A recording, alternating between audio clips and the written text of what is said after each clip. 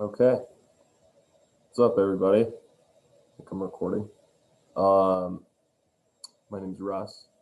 If you didn't know that, hi. Um, the book that I chose for this class is called "The Relationship Cure" um, by John Gottman. The full title is "The Relationship Cure: A Five-Step Guide to Strengthening Your Marriage, Family, and Friendships."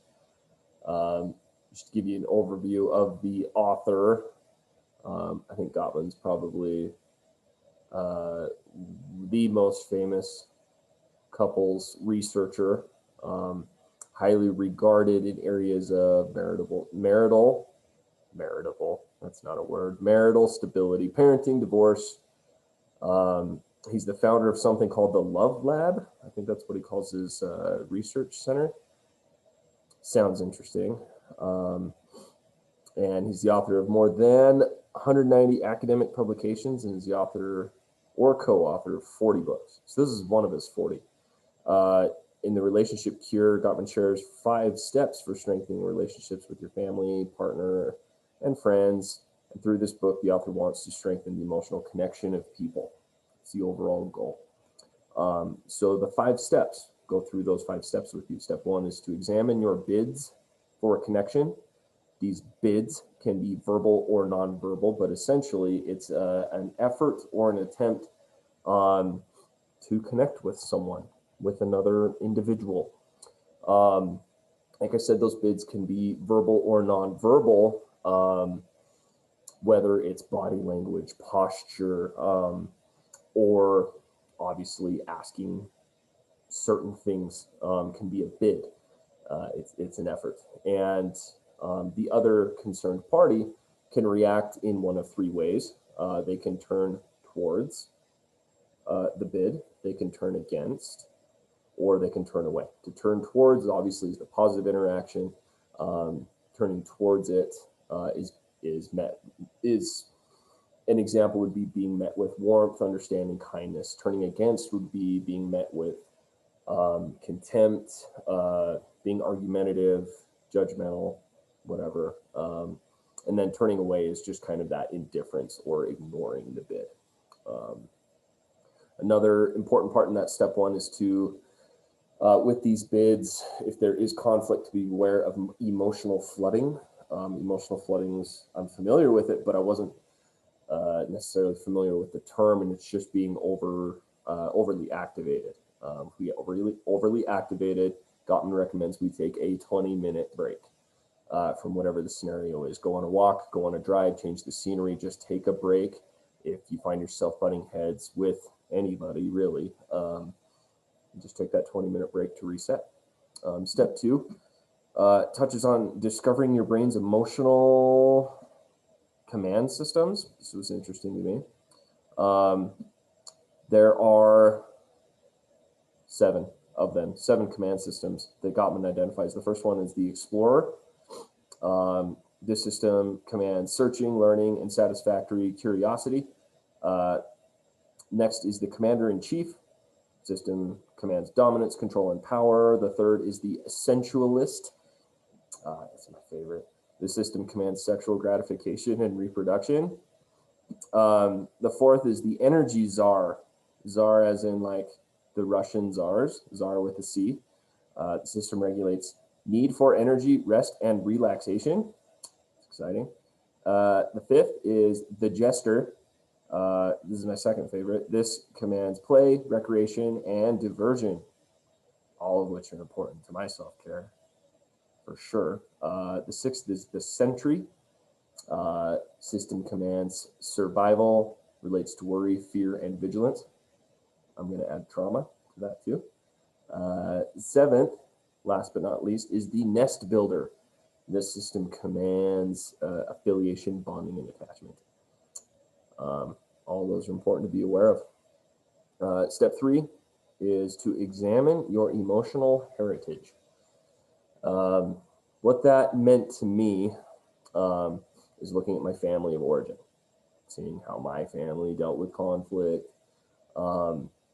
Gottman identifies 4 areas. First one is areas that families deal with emotions. First one is coaching or collaborating, being positive, right? Second one, dismissing or avoiding.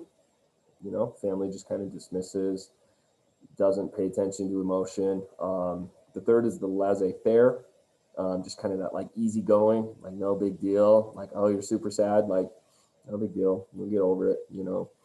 Oh, Tommy's depressed again, no big deal. And then the fourth is disapproving or being critical of emotions, kind of like shutting it down, like teaching and sending the message that showing emotion is not okay. That first one, the coaching or the collaboration, kind of seems like the most healthy one, the ideal one, in my opinion.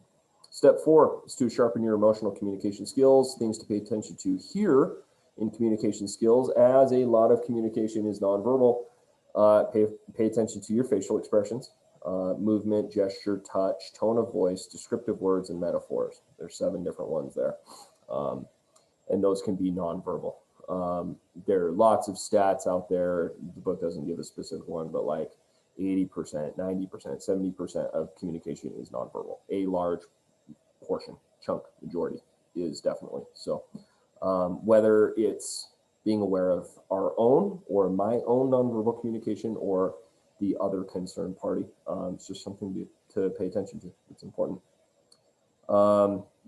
Step 5, last and not least, is to find shared meaning with whatever the marriage, the friends, the coworkers, whatever relationship you're trying to build and strengthen here. Interesting statistic in here, which Gottman's got some interesting ones. 69% of marital conflict never goes away, talking about marriages specifically. And he said that money, housework, and sex are the most common disagreements in a marriage. And like 70% of those problems never go away. Dang, right? But he has some solutions to it, which is cool too. His first suggestion is back to that first chapter, or the first step is to turn inward towards it. Don't turn away or against, turn toward your other partner in those conflicts, which is tough to do. You got to swallow some pride and have some humility there. There's one of the sub chapters is become a dream detector. And what he means by dreams is like the vision for the relationship, where it's going to be in the future. And you kind of pay attention to that and then nurture it.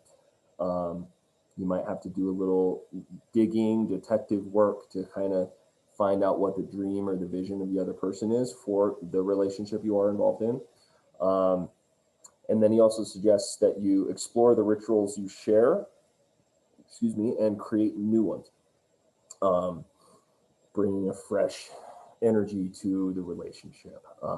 Obviously, that applies to a marriage relationship, but I think it applies to family and friends and coworkers too. If you can apply these concepts to those areas, which is actually the last chapter, how to apply what you've learned, marriage, parenthood as well, forgot that one, friendships, sibling relationships, coworkers. Gives little insights on all of those, and all of those relationships are going to weigh differently. At least they do in my life, but applying these principles sounds helpful, and I'm a dude who needs all the help he can get. So yeah, it's a good book. It's a good read. I got it for like $10 on Amazon, so it's worth it. Awesome. Thanks for your time.